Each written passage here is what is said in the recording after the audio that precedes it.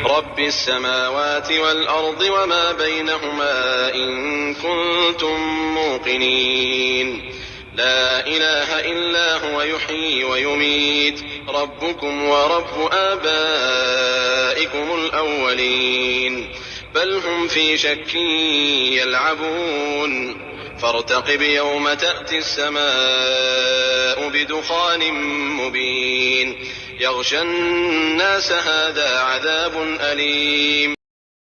تفسیر جانتے ہیں سورہ دخان آیت نمبر 7. چلیے. آسمانوں اور زمین کا رب اور ہر اس چیز کا رب جو آسمان و زمین کے درمیان ہے، اگر تم لوگ واقعی یقین رکھنے والے ہو. یعنی آسمان و زمین کا مالک کون ہے؟ اللہ سبحانہ و تعالیٰ.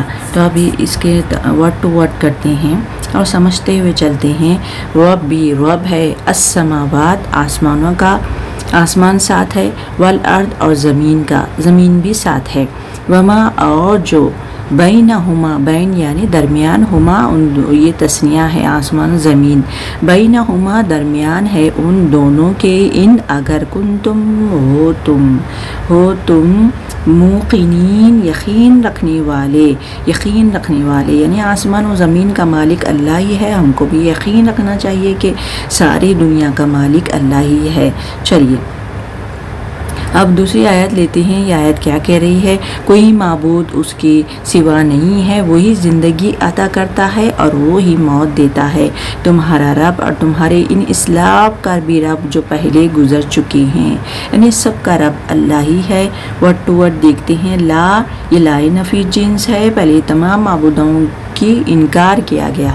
لا نہیں، الہ کوئی الہ، یعنی اللہ کو چھوڑ کر کوئی الہ نہیں ہے، اللہ ہی ہے مالک.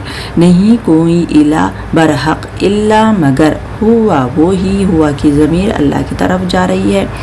وہی یحیی وہ زندہ کرتا ہے، یا کی وجہ سے وہ کہیں گے وہ زندہ کرتا ہے. ویمیت اور وہ موت دیتا ہے. وربکم رب تمہارا رب ہے، اٹیچ ضمیر ہے، تمہارا رب ہے. کیسا ہے؟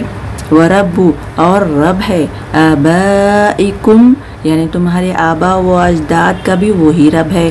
الاولین جو پہلے تھے، اول گزر چکے ہیں، ان کا بھی رب وہی ہے جو ہمارا رب ہے. چلیے اب یہ آیت دیکھتے ہیں. یہ آیت کیا کہہ رہی ہے؟ مگر فی الواقع ان لوگوں کو یقین نہیں ہے، بلکہ یہ اپنی شک میں پڑے کھیل رہے ہیں. یعنی کہ یہ بات جا رہی ہے اہل مکہ کی طرف. وہ اہل کیسے تھے ان کے بارے میں کہ وہ غفلت میں پڑے ہوئے تھے، کھیل میں تھے. بل کہ ہم وہ فی شک میں تھے. وہ یلعبون کہ کس وجہ سے شک میں تھے؟ کہ قیامت پر یقین نہیں تھا، ان کی پکڑ ہوگی اس میں، وہ شک میں تھے، ہوگی نہیں ہوگی. یلعبون لعب سے ہے، یا مضارع وانون جمع کا صیغہ. یلعبون وہ کھیل رہے تھے، اللہ تعالیٰ ان کو کھیلنے میں چھوڑ دیے. چلیے اب دوسری آیت لیتے ہیں. اچھا انتظار کرو، اللہ تعالیٰ کہہ رہے ہیں اچھا انتظار کرو اس دن کا جب آسمان سراہی دعائیں لیے ہوئے آئے گا. یعنی یہ نہیں مان رہے تھے تو اللہ تعالیٰ ان پر عذاب بھیجے. اللہ کے رسول صلی اللہ علیہ وسلم بھی یہ دعا کی ان کے لیے، کیونکہ وہ سرکش بہت ہو رہے تھے. کیا دعا کی کہ اللہ تعالیٰ ان پر قحط سالی کیجیے. تو آپ کی دعا کی وجہ سے ان پر قحط سالی ہوئی. وہ ایسا تڑپے یہاں تک کہ قحط سالی کی وجہ سے ہڈیاں کھانے لگے، مردار گوشت کھانے لگے. اللہ اکبر. بھوک اور کمزوری کی وجہ سے جب آسمان پر نظر پڑتی تو آسمان پر دھواں نظر آتا. الدخان یہ دھواں، اس کے معنی دھواں کے ہیں، دھواں نظر آتا. اور قیامت کی ایک نشانی بھی ہے نا کہ آسمان پر دھواں نکلے گا، دھواں نازل ہوگا. قیامت کی نشانیوں میں سے ایک نشانی ہے. اللہ اکبر. چلیے ورڈ ٹو ورڈ کرتے ہیں.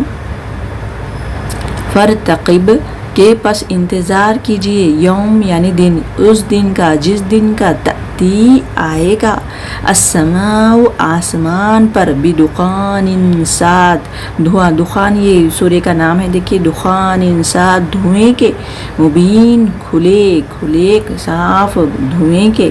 چلیے اب دوسری آیت لیتے ہیں، یہ آیت کیا کہہ رہی ہے اس کو سمجھتے ہیں۔ اور وہ لوگوں پر چھائے گا، یہ ہے دردناک سزا، وہ ان پر چھا جائے گا، وہ قحط سالی چھا جائے گی، دھواں چھا جائے گا۔ تو اب ورڈ ٹو ورڈ کرتے ہیں، یغشا یعنی چھانا، یغشا جو ڈھانپ لے گا، الناس ناس یعنی لوگ، الناس لوگوں پر، لوگوں کو، ہاذا یہ اس میں اشارہ قریب کا ہے، ہاذا یہ ہے، عذاب یہ ہے، عذاب عذاب، علیم دردناک، سیم اعراب ہے، دیکھیے عذاب پر بھی اور علیم پر بھی سیم اعراب ہے۔ تو یہ موصوف صفت ہے، صفت موصوف ہے، عذاب عذاب ہے، علیم دردناک عذاب ان پر ہوگا۔ اللہ اکبر، اللہ بچائے۔ چلیے چلتی ہوں، وآخر دعوانا الحمدللہ رب العالمین۔ السلام علیکم رحمۃ اللہ وبرکاتہ۔